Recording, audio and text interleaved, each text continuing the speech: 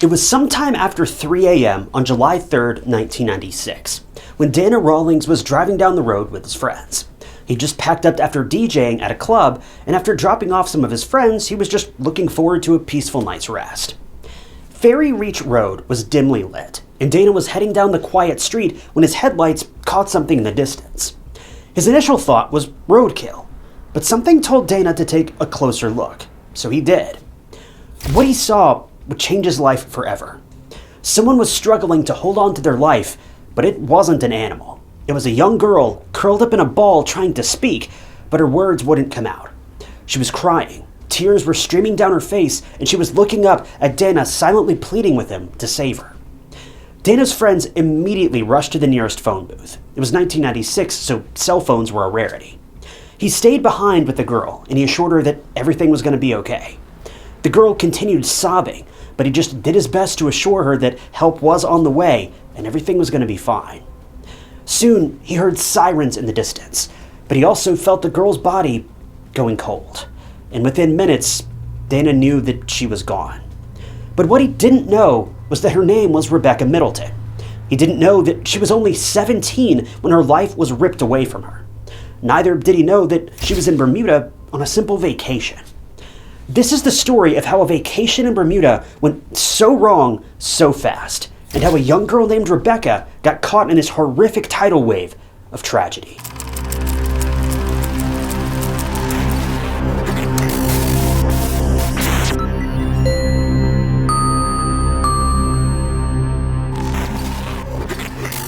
Welcome to True Crime Stories. If you're new here, I'm your host, Ty Knotts, and I post new true crime documentaries every single week. So if you're watching this video, that means you're probably interested in true crime, and that's pretty much all we do here. So be sure to hit that subscribe button. It's totally free and it just lets you know when I post new videos. Rebecca Middleton lived in Belleville, Ontario, with her parents Cindy and Dave Middleton, and her older brothers Matthew and Mark. She attended Centennial Secondary School in Belleville, and she was described as an overall good student. One thing about Rebecca is that she loved to have fun and was a very light-hearted person overall, but she was also very cautious. Even though she was pretty outgoing, her dad Dave described her as street smart, and he didn't have to worry about her getting into trouble. She worked at a local gas station, and everyone thought that this was the perfect job for her at this time. She'd greet people with a warm smile and was pretty helpful overall. Rebecca also had a huge group of friends. Sleepovers at her friends' houses were the norm for her, and she also loved spending time with her family, whether it was just watching movies with them or going out to eat. She was also an outdoorsy girl through and through. Instead of staying cooped up at home, she preferred water skiing, sailing, and camping. She was adventurous and loved to experience new things. Even though Rebecca's parents split up when she was just 13, she still had an amazing and healthy relationship with both of them. She'd go to meet them often, and she even would get along with her step-siblings pretty well too. She also had a best friend since she was 6, and her name was Jasmine Means. These two were inseparable since the day they met. They literally did everything together, and were more like sisters than friends. Well, with this in mind, when Rebecca finished grade 11, her parents surprised her with a gift. But it wasn't an ordinary gift. It was a 6-week trip to Bermuda with her best friend, Jasmine. This was literally the perfect gift for Rebecca. The fun-loving, outdoorsy Rebecca couldn't wait for this new adventure in her life, and with her best friend by her side, she was about to have the best 6 weeks of her life. Bermuda lies about 640 miles off the coast of North Carolina, so it's a pretty long ways away from North America, and felt like it was halfway across the planet from where Rebecca was living in Ontario. It's a place known for its pink sand beaches, tropical climate, and an archipelago consisting of 181 separate islands. So this was the place where Rebecca was going to spend a month and a half with her best friend. Now, the two weren't going to be alone. Luckily, Jasmine's dad, Rick, lived in Bermuda with Jasmine's stepmom, and Jasmine frequently visited them there. So they had adult supervision, which meant that they were going to be safe and sound while exploring the beaches, taking pictures, and having the time of their lives. It wasn't like Rebecca's parents were just sending her off into the unknown. But the problem was, while Rebecca was looking forward to the trip, she could have never guessed that this once-in-a-lifetime trip would be her last. 16-year-old Rebecca and Jasmine packed their bags, hopped on a plane, and set out for their 6-week trip to Bermuda. They took loads of pictures, some on the way to Bermuda on the plane, some on the beaches and some with colorful houses in the background. The first 2 weeks of their trip were exhilarating. Now, even though the girls were having fun, Jasmine's dad, Rick, had set some rules for them to stay safe. First, the girls were not allowed to stay out later than a certain time. They had to call Rick to bring them back home because he didn't want the girls riding on bikes or mopeds since they were dangerous and they could fall and get hurt. So Rick let the girls have fun, but he was also being careful, as any good parent would. June 27th rolled around, and Rebecca said goodbye to her sweet 16 and embraced the excitement that was 17. And just like that, June ended and July came. And on July 2nd, 1996, the girls had plans to meet up with a group of boys at a pub called White Horse Tavern. Rick had dropped the girls off, and he also knew that they were going to be with the boys, so it's not like Rebecca and Jasmine were sneaking off to meet them or something. The boys were actually from the UK and were in Bermuda for summer vacation. They were close in age, and they quickly became friends. Now, the girls had a 1 a.m. curfew, and soon before midnight, the party continued at one of the boys' houses. But what Rebecca and Jasmine didn't realize was just how late it had gotten. It was past 1 a.m., and naturally the girls were scared to get in trouble with Rick. They didn't want to call Rick because he'd given the usual spiel of curfews and not noticing the time, so their best bet was to just call a cab. But even that went nowhere. They tried calling a cab, and after more than an hour had passed, there was no sign of it, and it was pouring rain. The girls were outside the boys' home, constantly calling this cab service, but it didn't show up.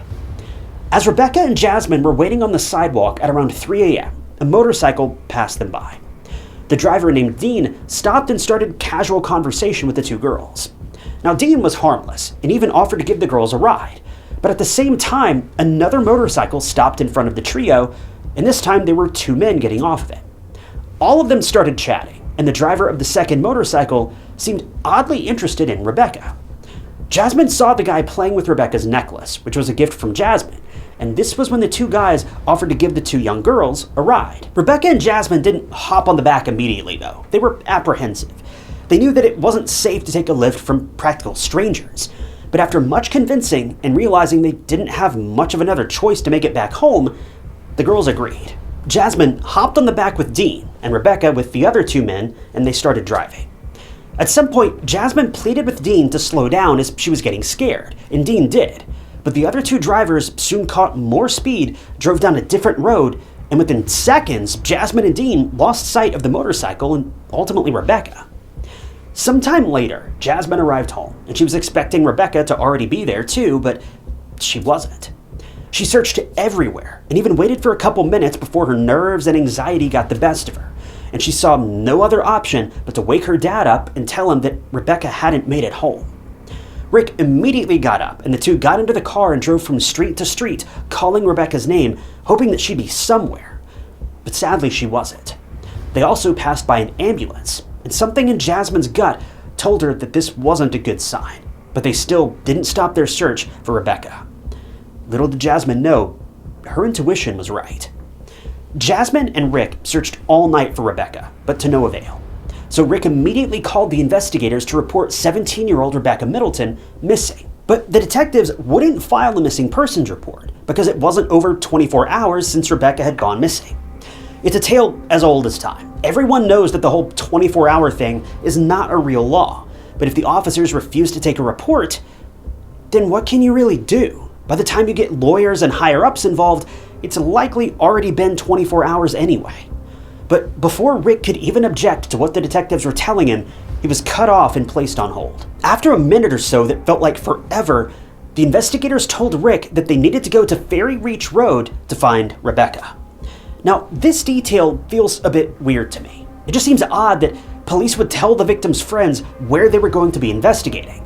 But maybe there's more to the story that wasn't made available to the public.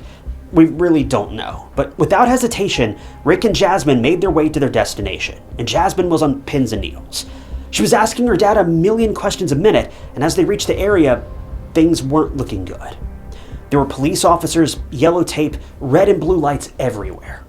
Rick ordered Jasmine to stay in the car, and as he made his way towards the police officers, well, let's just say Rick's body was brimming with dread. There was no sign of Rebecca. There was only a large black zipper bag on the ground, and it was a body bag. When Rick finally arrived at the scene, the investigators asked if he might be able to identify the body of a young girl that they had just found.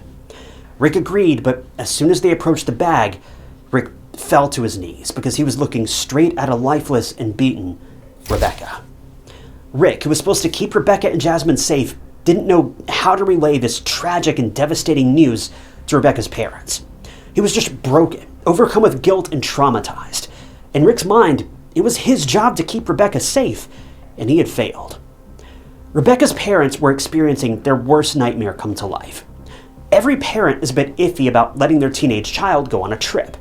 But to hear that their daughter's life was taken so brutally and senselessly on a trip that was supposed to be a birthday present from her parents, that's the kind of hurt that they can't live down. Rebecca's parents were blindsided, shocked and confused all at once. They couldn't believe what they were hearing, but when reality settled in, that's when they knew their world would never be the same. How did a fun night out take such an eerie turn? Who had done this to Rebecca? And more importantly, who found Rebecca? Well, it was yet another stranger. See, the local DJ named Dana Rollins was driving down Ferry Reach Road at around 3:30 a.m., and something on the side of the road made him pump the brakes.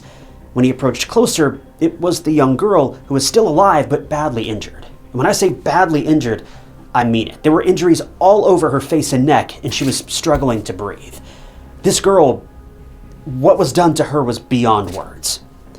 Dana remembered the look on the young girl's face. It was bewildered with pain and horror. She couldn't speak, but Dana knew that she needed help. So he put pressure on her wounds while his friends called emergency services. He soothed the young girl and told her to stay with him and that help was on the way. But sadly, she couldn't be saved, and Dana saw the life leave her eyes. There was no pulse, and the young girl had succumbed to her wounds. That was when the detectives and emergency services finally arrived. And remember that ambulance that passed Rick and Jasmine? Well, it was headed straight for Rebecca at that time. The investigators questioned Jasmine to get the timeline of events that unraveled the night that Rebecca went missing. She told them about taking a lift from two strangers on a motorcycle and getting separated. So the investigators knew that those two mysterious men were prime suspects. Luckily, the solo motorcyclist who gave Jasmine a ride, Dean, was able to identify the two men who gave Rebecca a ride. They were 21-year-old Kirk Mundy and 17-year-old Justice Smith. A man also came forward and confirmed that he saw the two bloodied men in the same place where Rebecca's body was eventually found. The man was also able to recognize the two men as Kirk and Justice. So this looks like a pretty open and shut case.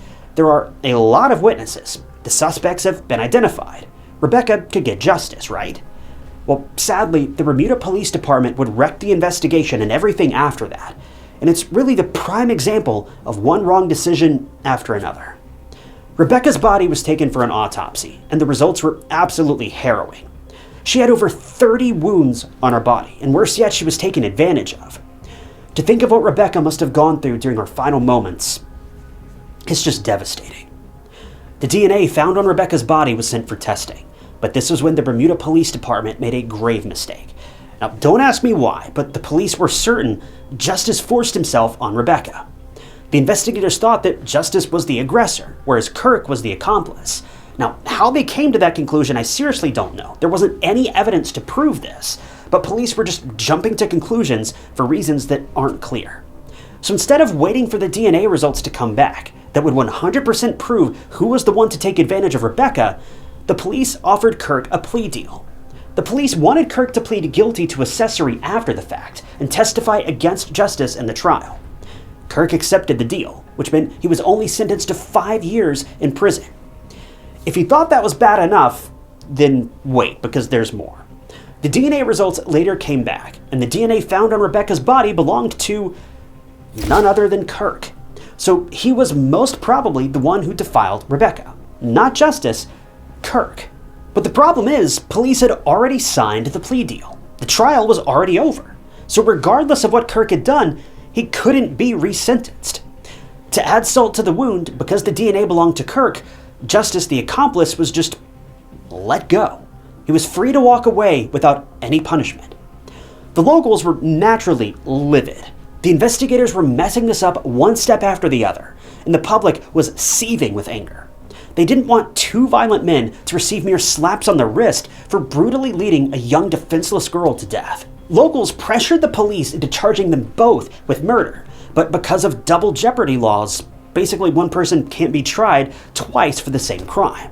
So Kirk walked away with a 5-year sentence, and he couldn't be charged again. They couldn't even charge Justice with anything at all because all the evidence against him was circumstantial. Even though there was evidence that the two were involved in Rebecca's horrific attack and passing, there was just no rock-solid evidence, like Justice's DNA, to back these claims. To make matters worse, prosecutors didn't even use Kirk as a witness in Justice's trial as they had originally planned. The judge felt that he wasn't a reliable witness, so the plea deal was all for nothing. This whole thing will just make your head spin. How one police department can make so many incredible mistakes is so far beyond, I don't even know. This is a whole other level of stupid. But what happened at the end of the trial? Well, the defense argued that the case was weak and all of the evidence was circumstantial, and they successfully managed to convince the jury to just drop the charges against Justice, and that's when he walked away a free man. The Middleton family was crushed by the jury's decision. The justice system had just let one of two murderers walk free without any consequences. Well, I don't even know if you could count the 5 years that Kirk received as a consequence either. But the Middleton family didn't give up. They tried hard to push for another trial, made countless appeals, and went as far as trying for charges of aggravated assault, sexual assault, and kidnapping. They even reached out to Cherry Booth, one of Great Britain's most notable human rights lawyers. But sadly, nothing came of it. The Bermuda investigators literally took an open and shut case, crumpled it up, and shoved it under their incompetence rug, and managed to look people in the eye and say, "Look, we solved a murder case in record time." This was all to keep the police department's name in the good books of people. Well, so much for protecting their image, because everyone was appalled and disgusted by the police's actions from beginning to end. But still, the story isn't over, and it gets worse. Rebecca's mom, Cindy, applied for a payout of $100,000 from the Bermuda police for putting them through the worst possible trauma with their so-called investigation. But how much money did the Middleton family receive in the end? A staggering, mind-blowing amount of $2,840. If you're thinking I'm missing a zero or two, well, I'm not. This is literally how much the police department paid the Middleton family. Their daughter's life and their family's grief was worth less than $3,000. As a way to save face, the Bermuda Police Department worked on digging up more evidence against Kirk Mundy and Justice Smith. And it turns out that Kirk was actually out on bail for armed robbery when he and Justice crossed paths with Rebecca. So these men were proven violent. They had run-ins with the law before the horrific and fatal attack on Rebecca. Now, in the end, Kirk was sentenced to an additional 15 years in prison for that robbery charge. But that's just laughable at this point. 5 years for taking advantage of and murdering a 17-year-old girl, and 15 for robbery? As of present, Kirk Mundy is out of prison, and he was just deported back to Jamaica, where he originally came from. A murderer is on the loose in the streets of Jamaica, and I don't even want to think about what he might be doing there. But what about the other guy, Justice? Well, he wasn't the innocent accomplice or bystander either, because in 2003, it was reported that Justice was arrested for attacking a woman with a weapon outside of a club. He was sentenced to 18 months in prison. That's a year and a half for attacking a woman, which is equally horrific, and I really hope that that poor woman is healing from this trauma. But what did he get in Rebecca's case? 0 years. Nothing. This case will break your heart and spike your blood pressure at the same time. How can investigators botch a homicide investigation this badly? Now, I get it. Bermuda has a relatively low crime rate. Police may not really know what they're doing when a terrible crime like this happens. But are you telling me that there aren't any competent and experienced police officers in that department that can at least follow general protocol, or at the least understand the law before acting on things? Dave and Cindy have to live without their daughter for the rest of their lives. Rick has to live with the guilt and terrible onslaught of emotions because even to this day, he can't remember this brutal and horrific event without feeling like he's gonna collapse. Jasmine lost her best friend, someone who was like a sister. She struggled severely with depression, survivor's guilt, ordinary guilt, just about every emotion you could imagine. As for the kind stranger, Dana, who was with Rebecca during her final moments, he can never erase that image of Rebecca lying cold, helpless, and exposed on the road from his mind. Dana, like the rest of Rebecca's loved ones, can never forget her. He shared in a documentary that he named his own daughter Rebecca to do some small part in keeping her legacy alive. He's overcome with guilt that he couldn't save her, but he promises to remember her story for the rest of his life and ensure that not for one single day will Rebecca be forgotten. Rebecca was known to leave an impact on everyone she met, and even after her death, her impact lives on. Rebecca's funeral was held 6 days after her passing, and aside from friends, family, and loved ones, countless strangers showed up to her funeral, standing by the grieving family and offering their support, love, and a shoulder to lean on. It was so incredibly powerful, the warmth that the community showed to the Middletons. Literal strangers all coming together just to let the Middletons know they're not alone. We're all angry. We're all bitter. We're all furious that these small, insignificant worms managed to steal the light from someone else's life, and they didn't even face the proper punishment.